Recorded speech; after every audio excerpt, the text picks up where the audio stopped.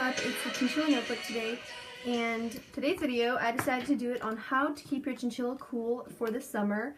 I didn't make any notes for this video like I usually do, so I'm just going to try to list as many things as I can think of off the top of my head. But anyway, so today I did a photo shoot with Merlin, so if you follow me on Instagram you might see some pictures of that, of the results. He is a very tough one to take pictures with, so he's very glad that's over, and so I rewarded him with a stick. And again, if you guys haven't seen my video, my cage tour video, go ahead and check it out. I don't know how to do links in the bottom of this description box, so you can just check out my channel. It's my most recent video last Wednesday, and this is just like a sneak peek of the cage up here. And another thing I forgot to mention is also, if you guys, I'm thinking of doing a Q&A, so if you can leave me your questions on any kind of questions on chinchillas down below. I will collect them throughout a few videos and then hopefully upload a Q&A later on. But yeah, just leave me a ton of questions, anything you have on chinchillas, anything you're curious about chinchillas, and I will try to gather them all up and do a video on them later on. But don't think I'll forget, because I won't. I'll keep them safe and noticed. And yeah, so also my summer plans. I'm going to be starting to work at a strawberry farm this summer, so filming might not be as regular as I'd like. I'm not going to be home most of the summer. My mom's going to be taking care of Merlin. So if the videos, I'm going to try to pre-film some and try to come home some weekends, but if they're not regular, that's why they're probably not going to be coming as frequently, but that's just, I thought I would just let you know right now. Anyway, so yeah, let's just jump right into it. My number one tip on keeping your chinchilla cool is to have AC, obviously. So they have 25 hairs in each follicle, whereas humans only have 2 to 3 hairs in each follicle, which means their hair is super dense. In fact, they can't get fleas or termites, or I mean, not termites, parasites or anything in their fur, because their fur would suffocate them. Basically, chinchillas cannot sweat, so it's very important for them to have AC. You know, they're trapped in a cage, they can't go anywhere, they can't find a cooler place, so if their house is really, really hot, then it's not a very good idea to keep a chinchilla. Fans won't work, because what fans do is they just circulate air, they just blow it around, they don't make it cooler for the chinchilla, and it just causes air drafts and everything, so fans are not a good idea. Don't rely on fans for anything. And I just realized that a cage bar back there is bent, and I have no idea how that got bent. Anyway, that was random. So, yeah, always have an AC unit. He lives in the laundry, and that's the AC unit in our house. That's where most of the cool air comes out of, so he's got it good. And it blows straight across here, so it doesn't cause an air draft. It just like goes back and forth, but fills the room. This is actually the coolest room in the whole house. So anyway, one tip during the summer, if your AC ever breaks down, or just when you want to keep your chinchilla cooler than usual, these tips might help you somehow. So the first thing is to have tile in their cage.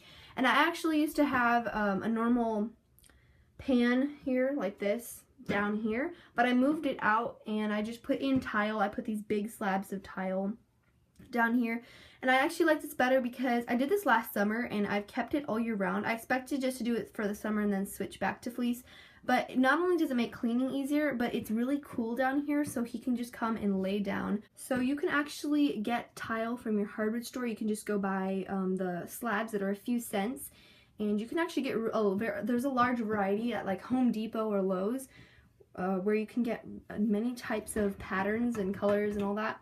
So I just use tile, but granite also works. Anything that your chinchilla won't chew. So that's the first thing that you can do to keep your chinchilla cool. The second thing is to freeze your tiles. Sometimes I take his tile and it's all the way up here.